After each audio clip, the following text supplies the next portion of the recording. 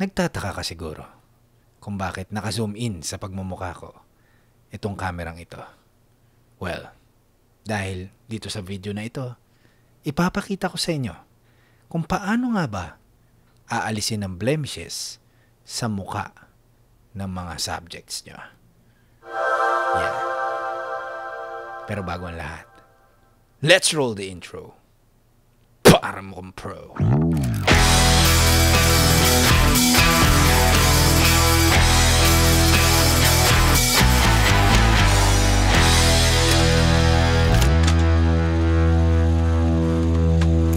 Hey, what's up guys? Ronaldin Shalan po. Maraming salamat po sa pagbabalik nyo dito sa channel ko. Hindi ba kayo nagtataka kung bakit napakikinis ng mga muka ng mga Korean actors and actresses sa kanilang mga Korean novelas? Ako nagtataka ko nung una. Pero dahil natutunan ko itong trick na to, naunawaan ko kung bakit wala ng pores ang mga mukha nila. Dahil yan sa trick na ito at yan ay tuturo ko sa inyo. Kung hindi mo pa nata-download ang DaVinci Resolve, panoorin mo dito.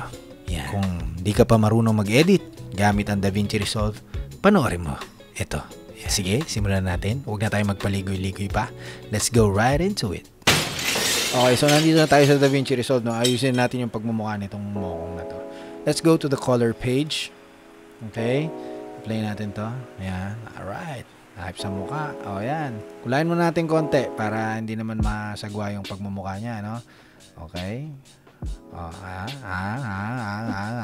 Napakadali lang po ng technique na ito, no? Ang unang-una nating gagawin, first node is our color correction or color grading. Let's add another node, Alt S, and then imamask lang po natin yung kanyang pagmumukha. Let's go to the first frame and then let's mask out his face. No, depende yan sa liking nyo, no? Kung gusto nyo yung hindi lang yung mukha o kung ano man, gusto nyo apektado lahat. Pero in this case, I'll be focusing on the face. Pero pwede rin po yan sa mga braso at kung ano-ano pang blemishes ang gusto nyo tanggalin.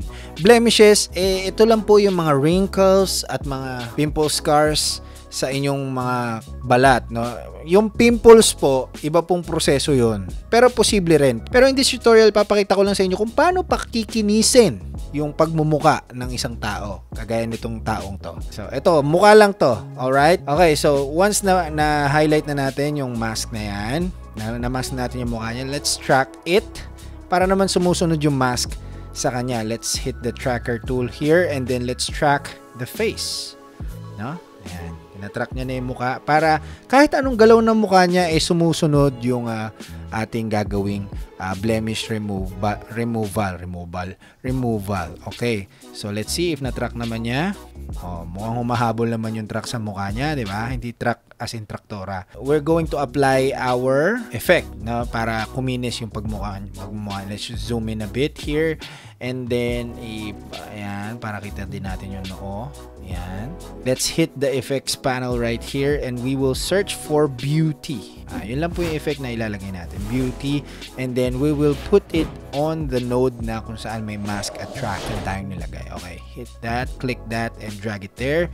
Now, we can see meron na agad pagbabago sa mukha niya. This is without the beauty effect.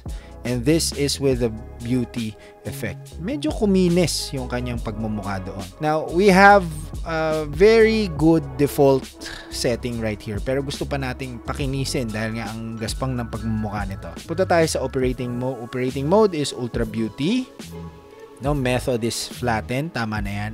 Now, let's click and drag this strength para mas makita nyo yung kawalang hiyaan na ginagawa natin. Ayan. Click and drag it to the right. Okay, yun lang po yun. No? Quality is full. And now, let's see the before and the after. Ayan na. Kuminis na. Zoom in pa tayo, no? Para kita natin. Zoom in tayo para kita natin. That is with the beauty. And this is without the beauty. With the beauty. Todo pa natin yan para ayan. This is with the beauty. This is without the beauty. Kita nyo na yung yung mga tigyawat po again, there is a separate skill or separate process para gawin para mawala yun. No? Cloning ang ginagawa po dyan, if I'm not mistaken. Let's play back bypass yung beauty effect natin. And let's play it back with the beauty effect. Now let's go see them side by side. Now, nasa sa inyo yan kung gaano nyo gustong pakinisin yung mukha ng taong yun. No? Nasa sa inyo po yan. And depende rin syempre sa material. No? And kung paano nyo po ito gagamitin. No? Yun lang po. Again, don't overdo it kasi magmumukha kayong caricature o magmumukha kayong drawing. Huwag ho masyado. Yung sakto lang. No? Kasi minsan napapansin din yan pag in-overdo nyo yung effect na yun. And pag ginawa nyo itong effect na to at sobrang lakas, gagapang po ang mga material nyo or ang computer nyo. Yun lang po. Napakadali. Napakadaling ayusin ang pagmumukha nitong taong to. No? Yun lang. Beauty effect. Diba? Napakaiksi lang. No? At napakadaling gawin. Pero depende pa rin yan sa mukha na nililinis nyo.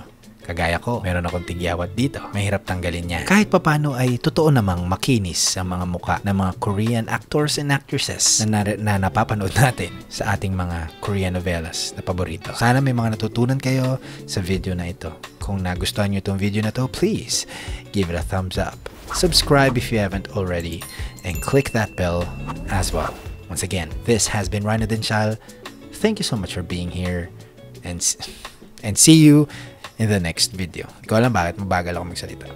Pero salamat.